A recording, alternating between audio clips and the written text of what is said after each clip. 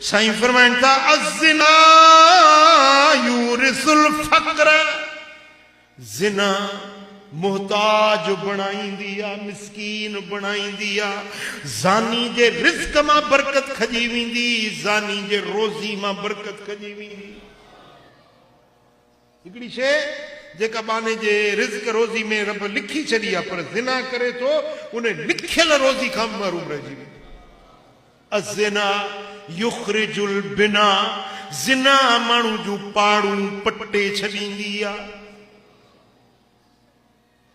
जो ज़िना करते हैं सबसे पहले उनके चेहरों से रौनक उठा दी जाती है।